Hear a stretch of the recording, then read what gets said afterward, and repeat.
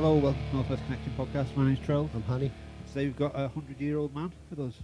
Hello. Would you like to introduce yourselves? Yes. Oh, I'm going first. I'm Aaron. I play bass in 100 Year Old Man. I'm Tom. I play guitar. Okay, you're usually a five-piece as well, so obviously there's only the two of you. Who are we missing today? Or six, or... Well, yeah. I mean, the band was a six-piece for a long time, but yeah, we've been five-piece in recent years. So we've got Andy on drums, Dave on vocals, and then currently we've got Charlie from The Grey is playing guitar for us. Right, okay. But the most important members are here.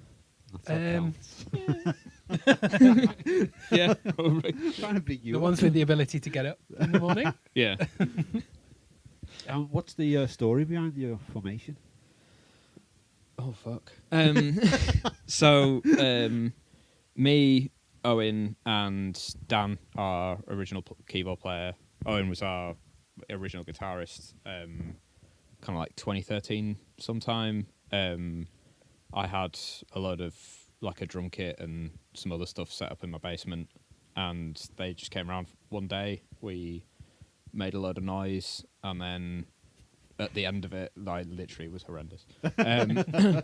Literally at the end of it, we recorded just a jam for like half an hour, and then Owen spent about 3 years editing my horrendous drum playing, and then that became the first Hyom demo EP. Album. I mean, it's 7 tracks, isn't it? No, it's 3. Is it? Yeah, self-titled. Go on, you keep going, because I can actually have a look Actually, at it. all right, no, fair. Might be 4. But, so yeah, like a couple of tracks we recorded in that session, then we recorded another one in Owen's basement, and then we'd spoken about this idea of having like a band that was formed from all the people we knew from touring with our previous bands, and like just having loads of guests, do like a collaborative thing. Oh, yeah. Just online, like never actually meet. That sounds cool. And then slowly that idea grew, and we were sort of in the middle of working on that and decided that we wanted to sort of have a basis for a live band that would be in Leeds, and then we'd sort of start there and slowly grow it. And as we were creating that live band, that basically became Hyom, and then yeah, we've kind of just grown from there, really. That was 2015 Yeah. is when it kind of starts to be a real band. Aaron, he joined the band before we'd actually met him, kind of. Yeah, you joined a band before I was even in Leeds. I was in Bristol Yeah. at the time. Yeah. I knew one of Aaron's friends, a guy called Alec. He was in Black Mass. He was the guitarist in them, and I was chatting to him, asking if he knew any bassists, and he said his friend lived in Bristol and was moving up to Leeds, and we chatted online, and yeah. Yeah. And Went from there. that was it. I think you sent me a CD in the post, and I listened to it in my Punto. True story. Yeah. Where did the band name come from? Is there any special meaning behind it? So there is a speech that we sampled for the song Blackfire. It's from a guy called Harry Leslie Smith, who was a kind of lifetime Labour activist back when Labour were actually vaguely decent. And yeah, he was speaking at a Labour Party conference about the formation of the NHS and how good a thing it is, and that we should hold on to it. And there's a particular bit in that where he goes, "I'm almost 100 years old," and then kind of latched onto that, and then yeah, kind of run with it from there. Okay, so you've already mentioned you're based in Leeds, and Leeds does have quite a solid underground scene. How is it being part of that? Amazing. Yeah. Yeah. Like, The lead scene was always admirable. yeah. Because I remember the first time I lived in Leeds, there was constant gigs on. And people talk about Joseph's Well and Yeah. the Brood, obviously, which is still going. There's just so many good underground gig venues that just aren't underground. They're really good. They're good sizes. They play good bands. A lot of bands come through and play it. And we have been fortunate to have the opportunity to play a lot of those stages as well. And coupled with not just the venues but the bands that are coming out of Leeds. Yeah. yeah, what a great place. Like, pretty much all my friends from back home, I'm originally from the Midlands, and they all went to Leeds Uni because the music scene was so good, and I went to Plymouth, and I was an idiot, right? And then it shows I moved to Leeds. I mean, I think looking at it anyway, when you look at Yorkshire as a whole at the moment, there's such a vast amount of decent, heavy bands coming through from Yorkshire now. You know, you've got like Still and Mastered Up in Hull, you've got yourselves in Leeds, you know, Sheffield, you've got the Hidden Mothers guys. You know, you even got like Nylon doing the hardcore thing, so it seems to be really thriving in Yorkshire at the moment. There's definitely something in the tea. Yeah. I think it definitely, because I was playing in bands back in like 2005.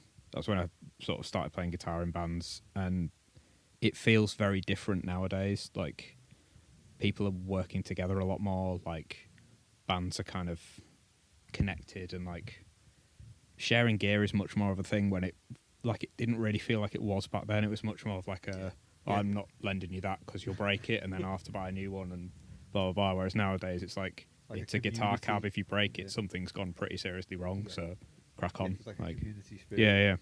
Amongst the bands. And everyone's like, all the bands are like good at sharing each other's stuff, like sharing success. Like, it's just We've been rad. noticed that at home as well. You know, just speaking to bands, we've noticed that. Yeah, and literally from the first couple of bands we got on from the scene, you know, it started to grow and develop. You know, it started with like Kusanaki and Pleiades, Oh yeah. and then straight from there, then it just started to snowball, and we're finding more and more bands within the scene and wanting to go on. So it's brilliant for us as well. Yeah. Ace.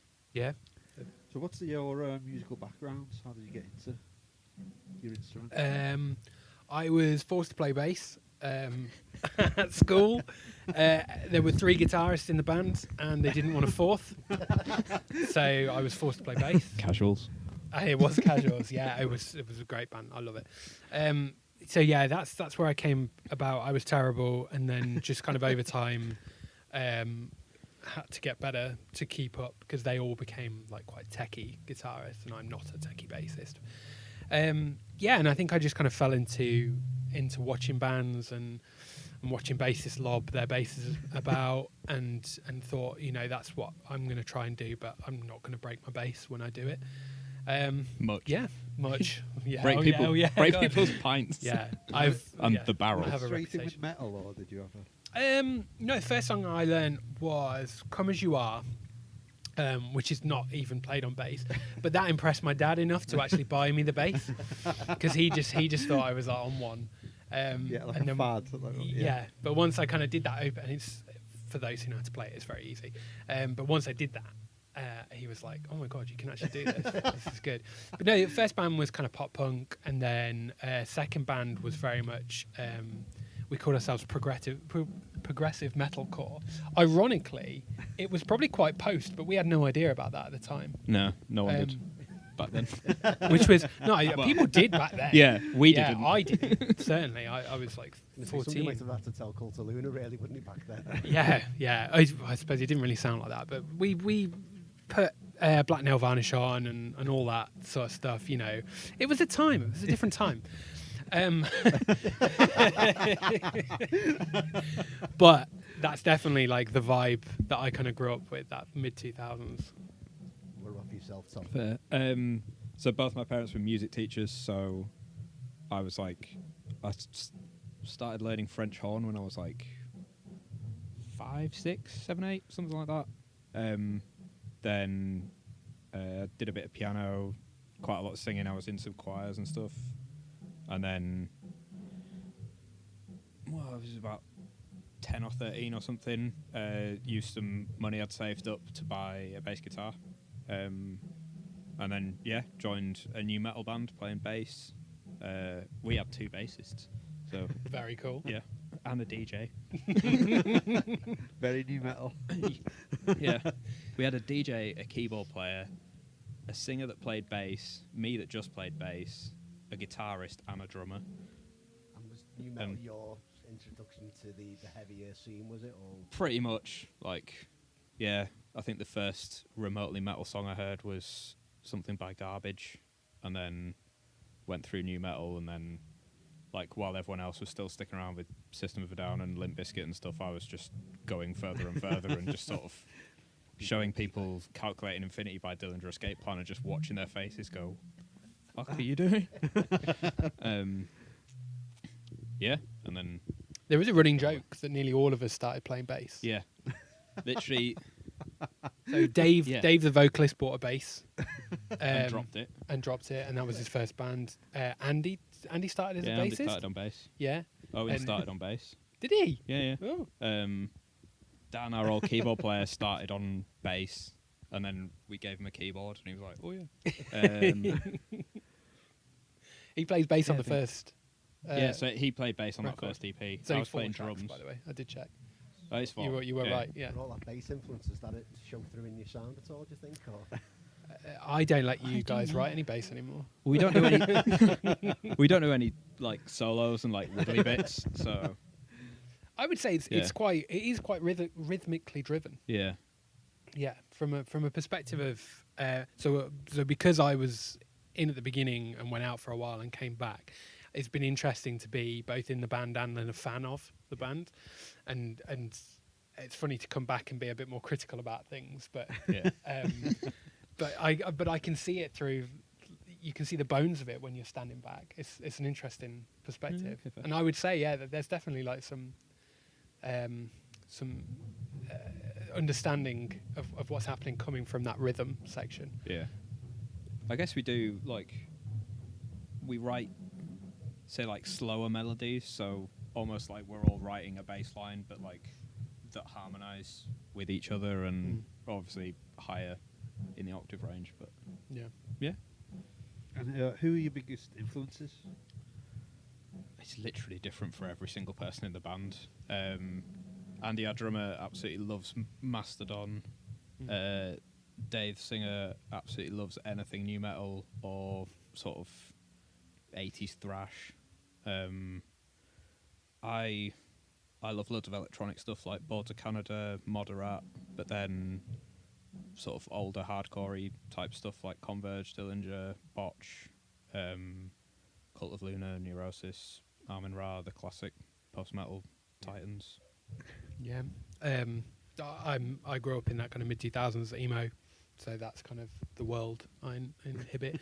but we have like nice kind of Venn diagrams. I think bands that help us all cross over. Like Yeah. I was quite nervous about meeting you guys first of all because you all seemed like much better musicians than I was, and you all also knew a lot of bands that I had no idea about.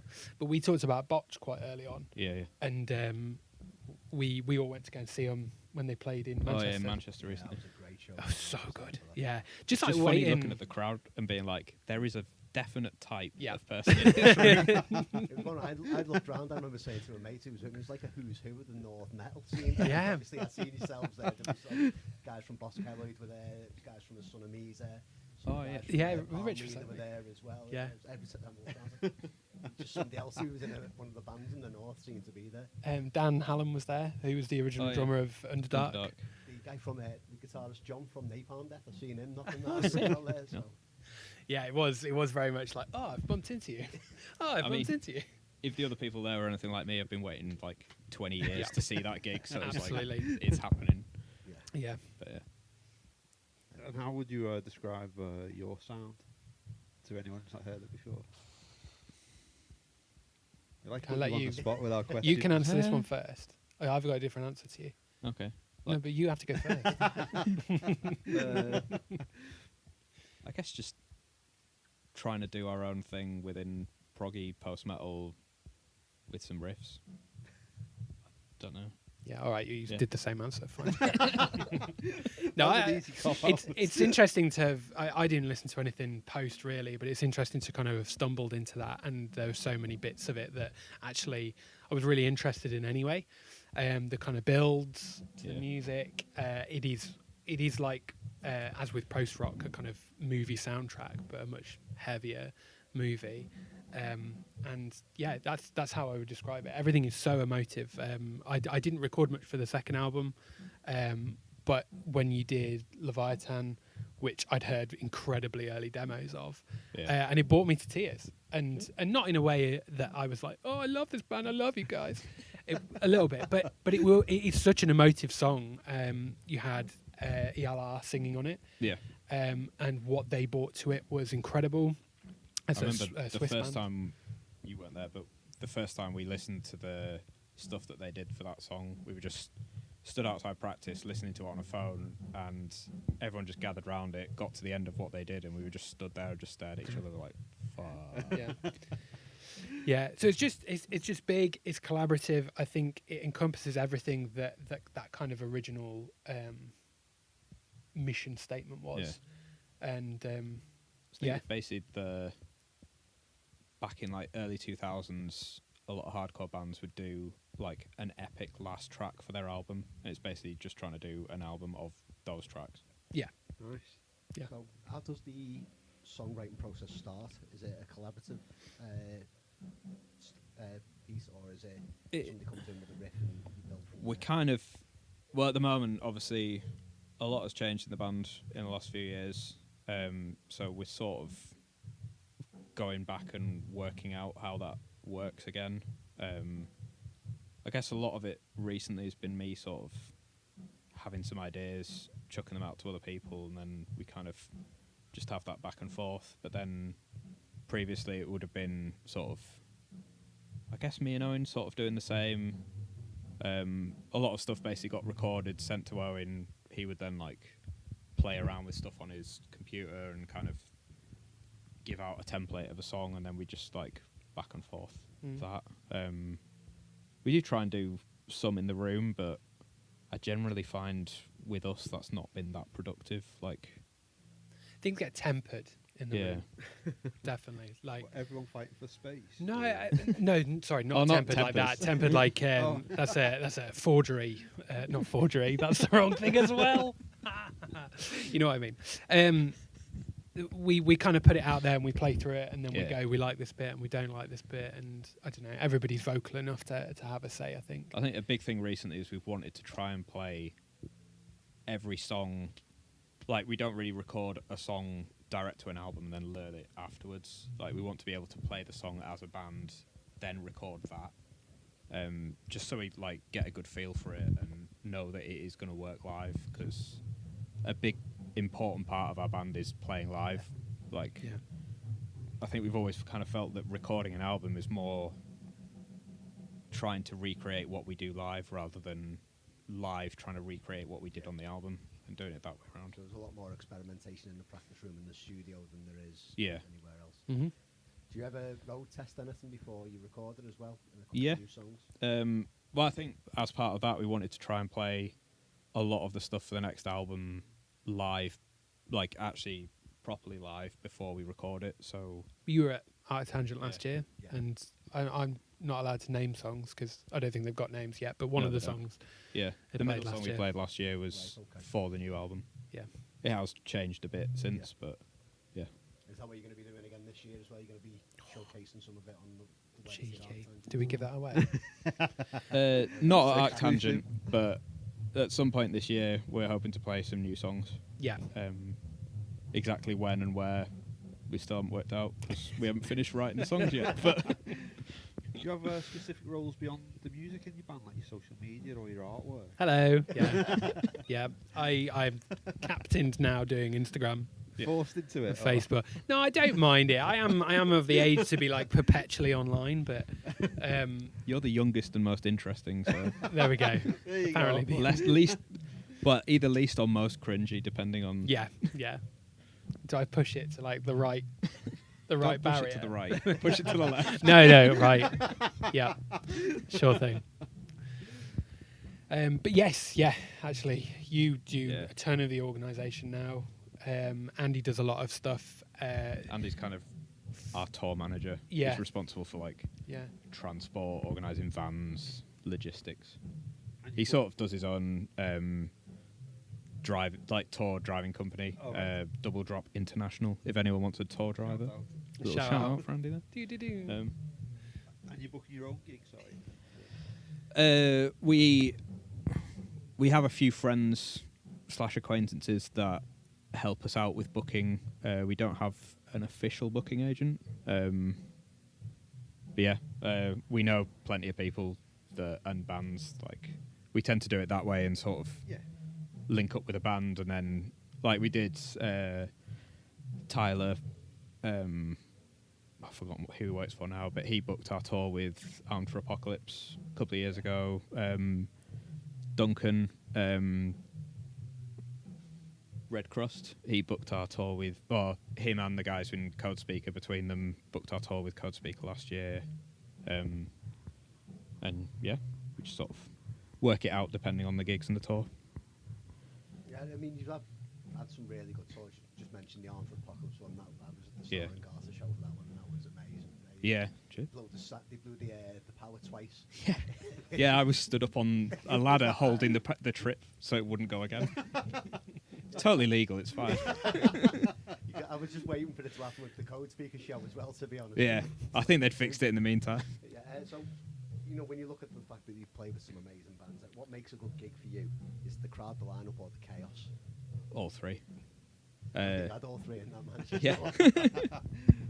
I mean, we've had some absolutely incredible gigs to like 5 people, but then we've had some shit gigs to hundreds. So like, the crowd is definitely a major factor, but not the be all end all. It's just a general vibe. Like, even getting to the venue, if something's bad, then it can ruin it, or it can make the gig if everyone's in a great mood. So. Do you have any pre-show rituals or routines that you go through? Not as a band. No. I'm trying to think of. We weren't really even that together, other than like having some pints when we did that show in Camden Yeah. in March. Pints is probably one of them. Yeah, It's a good ritual. Yeah. pints is definitely one of them. But no, I don't know. It's always seemed very natural Yeah. playing with you guys. I've never felt like I think just trying to hang out and generally yeah. be We in a had, good mood, really. We had Tane on last week, and they had a special stone that he kissed. Wow. Which is I don't think it was a choice. No, it wasn't a choice, I it was think it was a case of you were forced to kiss it by one member in particular. Wow. to do that before each gig. I know on the Arm for Apocalypse tour, they had one where they basically all got in a group, hugged, and listened to a song and kind of hyped themselves up before walking out. I've got a hype playlist. Have you got one? No. I've got one that I listen to on the way to practice. Yeah, and it's eclectic. Fair. Yeah, it's like a vocal warm up / like let's get hyped. Cool. Yeah, Pink Pony Club. You've been in the car when it's been on. I know.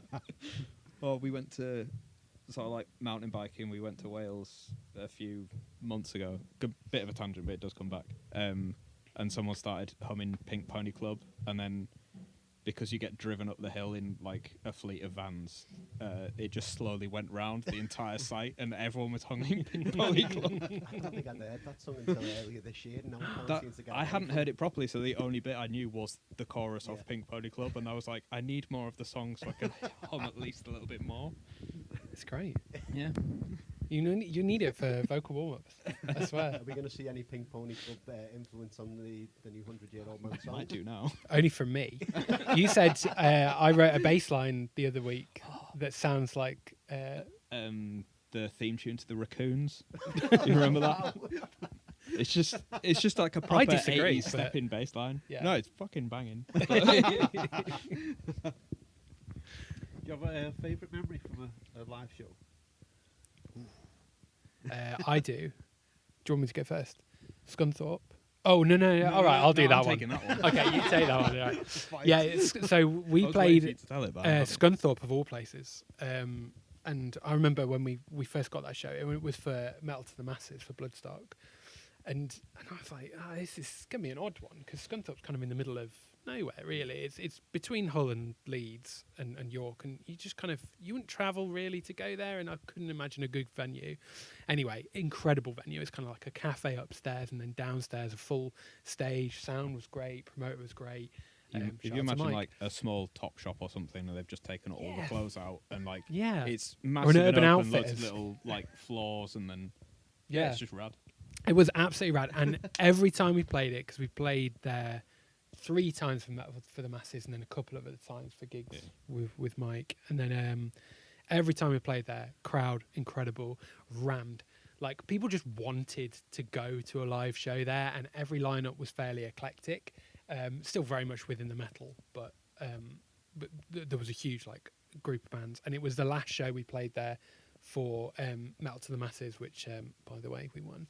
It was 2018, or no, 2017, 2016. It was ages ago. Yeah. Anyway, it was just, we were all buzzing for it because we hadn't gone in with the idea that we were like anywhere near anybody's cup of tea enough to like vote for or anything like that. We'd gone to play It some was gigs that early on, we were just like, it's place. like 3 guaranteed gigs. Yeah, Wow. yeah, that is exactly the conversation. Yeah.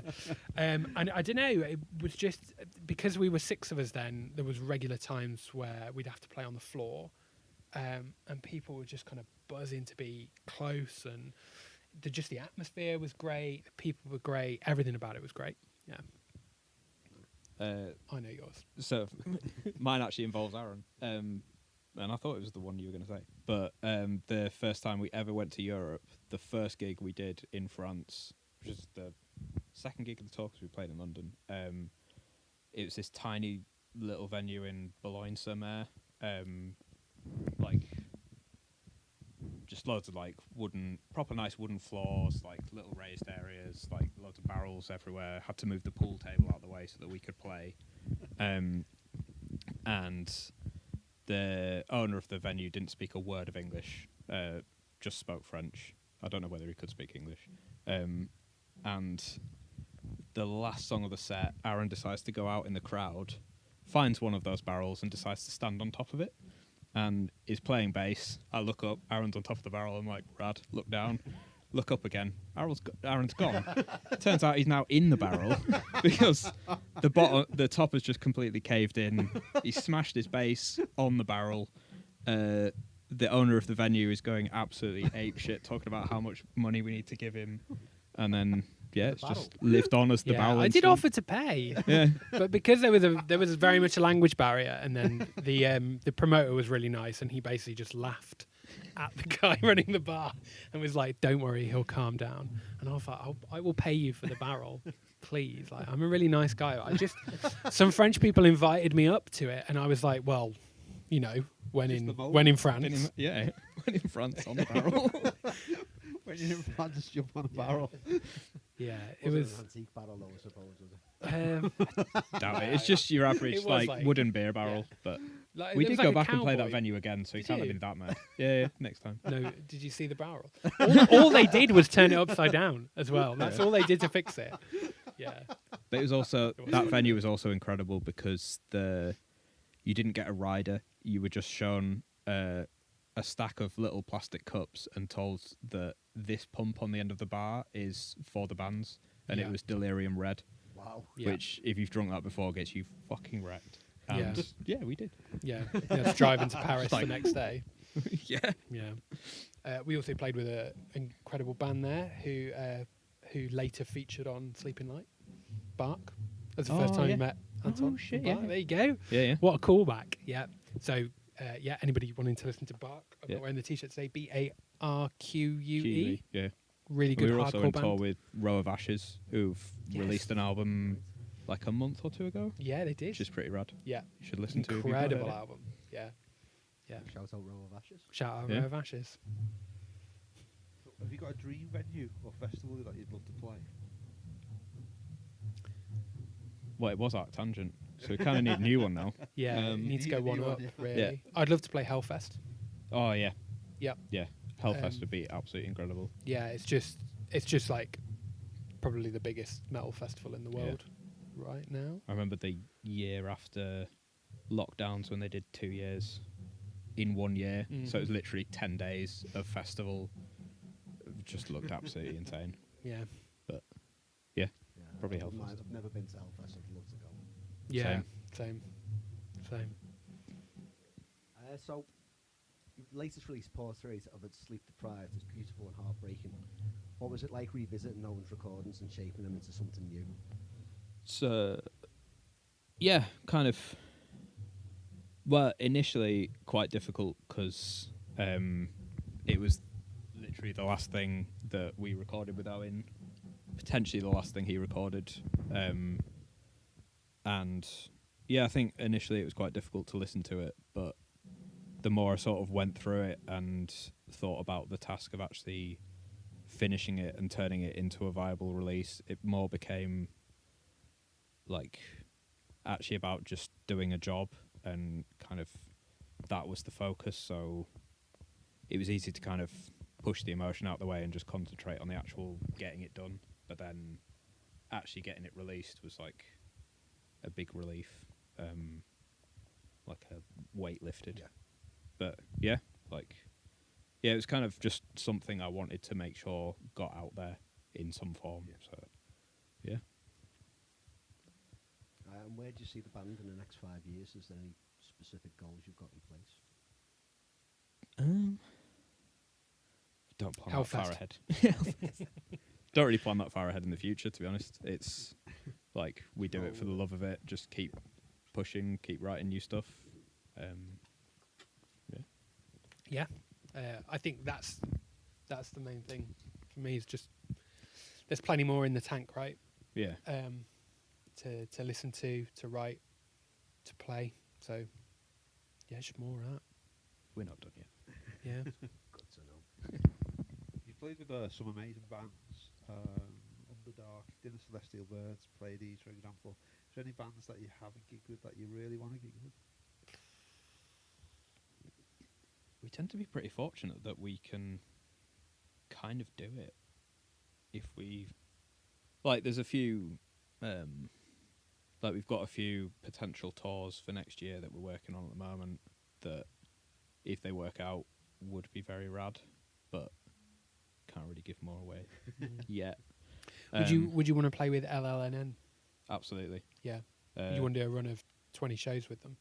Because if they listen to this, Do you think they're going to listen to it over in Denmark? maybe. I don't know. Don't know. They're good pals. Yeah. So apparently, so last year at ATG, their side project, John Connor, Yeah.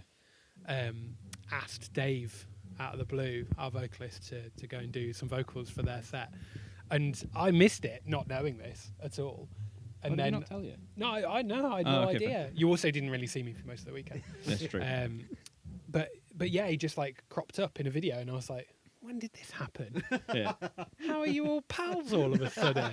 What's going on? Yeah, that was really cool. Yeah.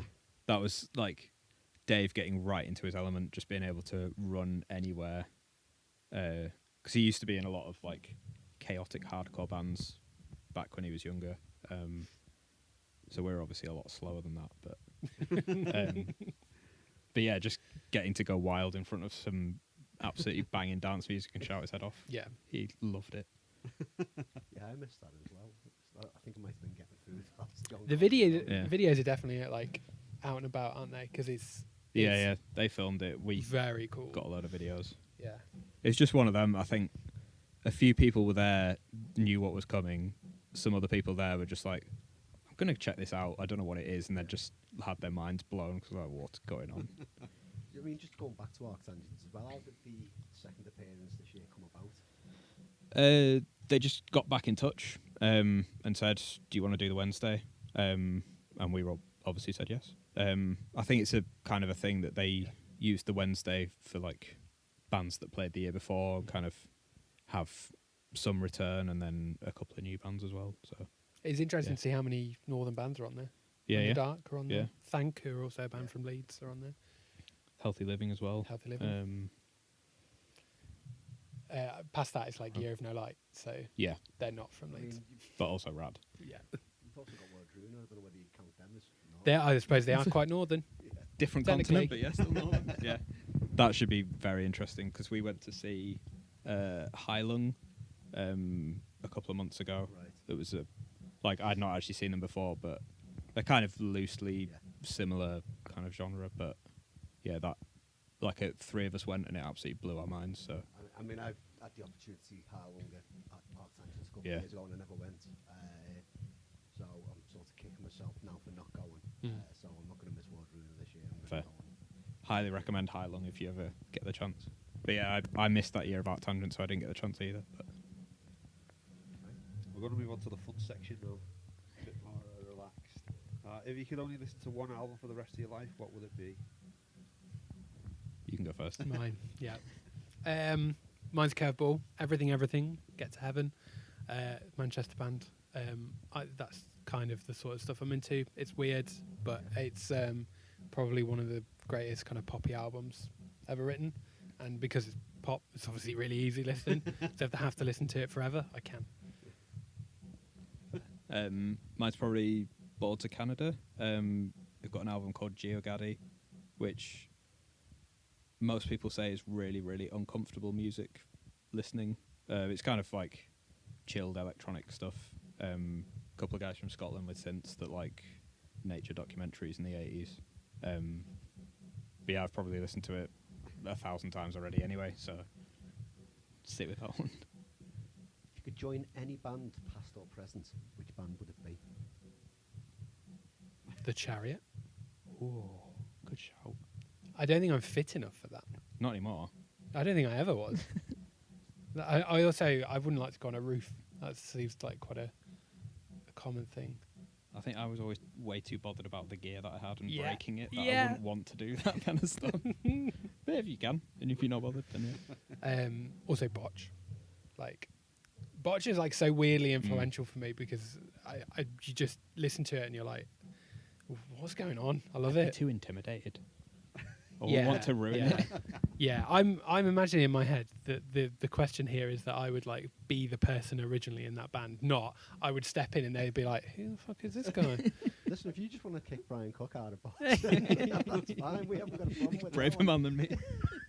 He does good vocals. I don't think I could do that. I mean, he does the low stuff on what's the really slow song on Anthology of Loose Ends? What's the slow song? You know what I mean? Nicaragua. Maybe. Afghanistan. Okay. He does all the. I can't remember which way around they are. Oh, Nicaragua is the last one. The Afghanistan's Homer the slow calls one. bit. Anyway, Yeah. sorry, we've gone off on one. Have you got a current song that's on repeat? Yes.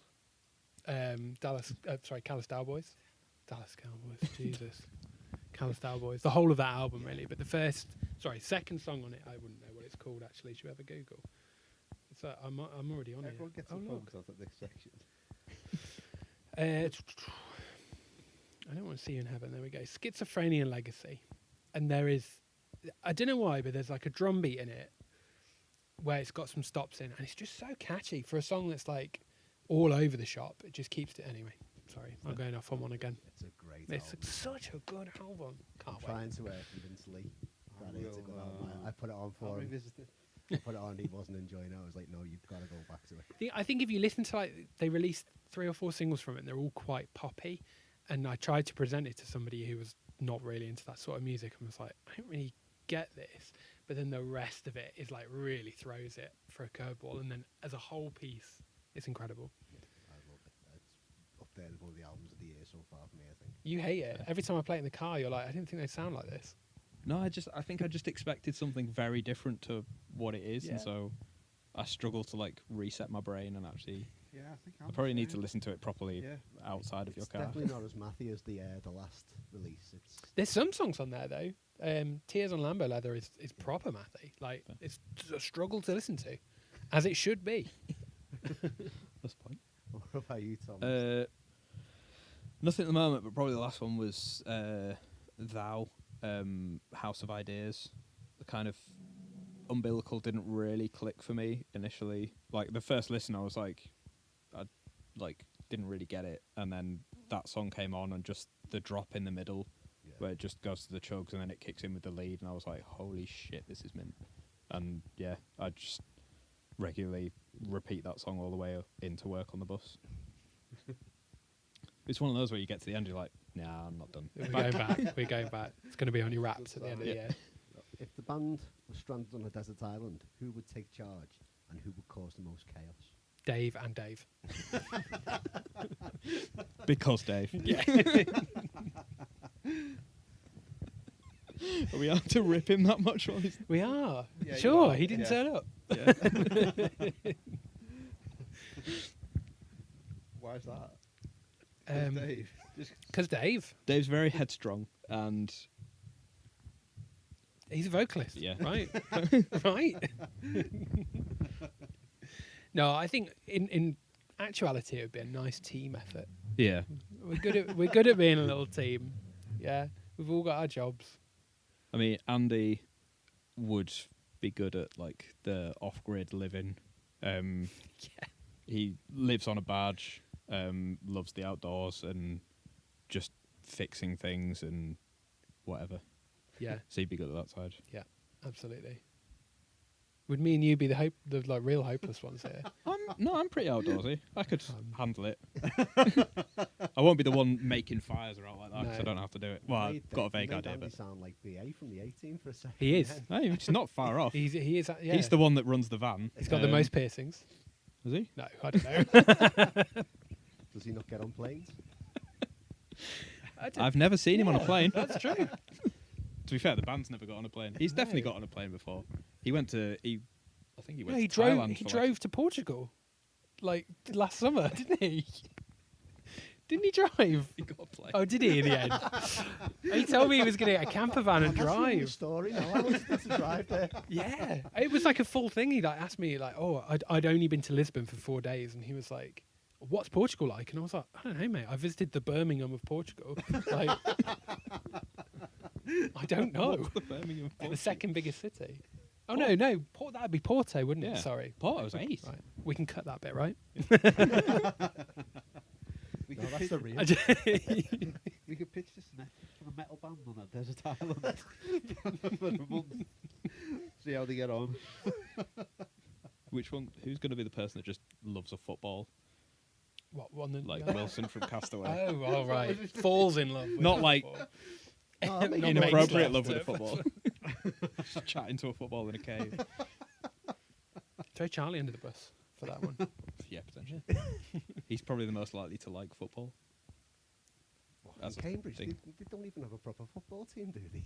I don't know. Yeah, you're just thinking that because he's got a southern just- accent and you've gone southern. Well, it's mainly because I know Football none of hooligan. the rest of us are into sport. So yeah. We're going to move on to the quick fire questions now. Vinyl or streaming? Final, but I mostly can't be asked. Yeah. We're streaming. That makes me seem really bad, but It's too convenient, isn't it? That's the problem. I just, my wife's really into vinyl, so we have a vinyl player and we have lots of that. But I own 3 vinyls, and all of them are ours. Morally hate Spotify, but also like I've listened to more new music in the last however long. So Yeah, yeah, Bandcamp's good for that Yeah. sort of thing. I lump that in, I suppose, with streaming. It's not quite the same with it, but I tend to use streaming as a way to buy more vinyl. yeah. that's the thing I always like to buy on Bandcamp because I want it on Yeah. Bandcamp as a streaming thing as well as having the vinyl. Yeah. So Loud or quiet practice? Loud. It's Night difficult. gigs or daytime festivals? night gigs, I don't. Yeah. I mean, it's going to be a weird one on Wednesday at ArcTanGent because we'll be in daylight again. But Yeah, it's darker on Yokai. yeah, no fair. think I remember we were the after first last guys to year, say everyone was very nighttime. surprised at how smiley we were on stage, and we were like, "Because we're loving it." Yeah. I must admit, it did seem a bit weird just not seeing, just the white glow that you Yeah. tend Yeah. to have. The lights are on, but they're not that Just bright. lost. Yeah. Whiskey or beer? Beer for me. I'm probably going to go beer as well. Yeah. Yeah, Any particular beer? anything made by Vault City, which I don't know if you Whoa. can class as beer because it's mostly smoothies, but Yeah. They do a lot of sours, don't they? Volts? Yeah. Sours, yeah. all like mad flavors. Yeah. But some of the ones they do are absolutely incredible. The mango one is mental, as is the Keel Royale one. I don't know if you've tried that one. I've not had them. I find with Vault City, the more words that are on the tin, the tastier it is. Fair. Like, it's got an essay on the front of it. And you're Yeah. like, whoa. I can't be bothered. It's probably I good. wouldn't eat this thing, Yeah. but I'm going to drink a can of it. I think some of them, though, you can nearly cook, can't you, with a knife when you pull Yeah. it? Yeah. I had an incredible one recently, the pastel de nata one. Oh, I've not tried that. Back It to Portugal. literally just tastes like them. It's absolutely incredible. Well, I've not had a beer since April. Ooh, Oh, fair. well done. I've put myself on a self-imposed ban until I get to ArcTanGent, so Oh, nice. it's probably going to be messy for me. Are they doing, You're going to do be you know if they're wasted about doing- 2 p.m. on Wednesday. Yeah. In time for you guys to come on and see me on the morning, okay? Do you know who's doing the brewery for ATG this year? Is Is it? it the same one as last time? Is it? I don't know. I don't know. I don't know. Nobody knows. We I could know Google it. Begins But- with H, but I can't remember what the name was. I thought it was Arbor last year, wasn't it? Oh, maybe they do change them. I know they're selling the Arbor beers on the website at the moment. Maybe Oh, it is still. yeah, maybe Yeah, it's because them. they did a special one, didn't they? Yeah. That was the answer to ATG 2025. When you put that into Google and press enter, because it's a mathematical equation, ArcTanGent Okay, fair. 2025, it's the answer to it. That's the name of the beer. That's really sad that I know that. I think I knew that one Sorry. as well, but I'll let you take it. Yeah. City life or country life? Country life. Yeah, country life. I think we both kind of live on the cusp of Leeds, don't we, really? Yeah. Yeah. Close enough for convenience, but far enough out to Yeah. for access. Drum solo or a bass solo? Drum solo. Neither. I'd probably say drum solo. Yeah. It's not a bad We're, bass. we're not a bass solo band. I don't think there was any solos, is there? No. No. There's I kind of mean- like leady bits that. There's bits where one person's playing on their own, so technically, yeah, we do like slow leads rather than how many notes can I cram in a Dorian minor scale or whatever. Yeah. Mystery meat milkshake or a meat feast pizza with a toothpaste sauce? I still feel ill from the words mystery meat milkshake, so the second one definitely. Oh, really? I don't know. Toothpaste is kind of vile to eat. I'd eat a tube of that before I'd eat a mystery meat No, milkshake. I'm having the meat milkshake.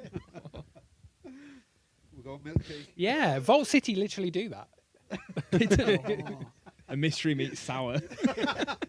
Although I did try the on a meaty type of beer, I did try the Camden bottle Oh. a while ago. That's probably not that bad because the Northern Monk did one. They did it was a pair, Aunt Bessie's Sunday dinner, roast, yeah. and then Aunt Bessie's apple pie. So like the Sunday roast just tasted like a really strong Nuki Brown, Really? and then the apple pie one just tasted like a kind of appley custard beer. They were actually both really tasty Yeah. and a lot better than I One, imagined. I had to drink all four to decide whether I liked them. I just need to check. I'm not too sure about the. Well, thanks for coming on, guys. Yeah, Come and over. No worries. Thanks for having us. And thanks for making the travel over from Leeds as well. Is there anything that you want to plug before we sign off? Go to Come and ArcTanGent. see us, yeah, Yeah. at 2:10 on the Yeah. Wednesday of ATG. Come down the front and say hello. We will be smiling, but we won't be allowed to say hello back. And if you're not at ArcTanGent, we're playing Abyssal Festival in September. That's Southampton. Yes. Shall I have a look what Um, the date is while you're thinking about the next one? And then in October, we're playing Helve Fest, which is a band from Leeds called Helve that we shared a practice room with for some years. They're celebrating their 10-year anniversary with a lineup of absolutely incredible bands. Code Speaker, The Grey, Partholon. Baal. Are they playing? Yeah. Understand. Okay, my memory's fucking me now. But yeah, there's a load of amazing bands on that gig. If we weren't playing, I'd be there no matter what. Absolutely. Sounds amazing. The fact that we're headlining it is a bit wild, but yeah, no pressure. Health. Baal. So Mouths, Baal, Helve, Remote Viewing, Partholon, The Grey, Code Speaker, Still, and some 100-year-old something band. Yeah. Yeah. I think that's it That's for the in rest of this Leeds. year, isn't it? Yeah, that's it for it. Yeah, we'll be writing new music and yeah, hopefully do something with that soon. Thanks again for coming over. Thank you. All right. Sweet. Thank Cheers. you. Thank you very much.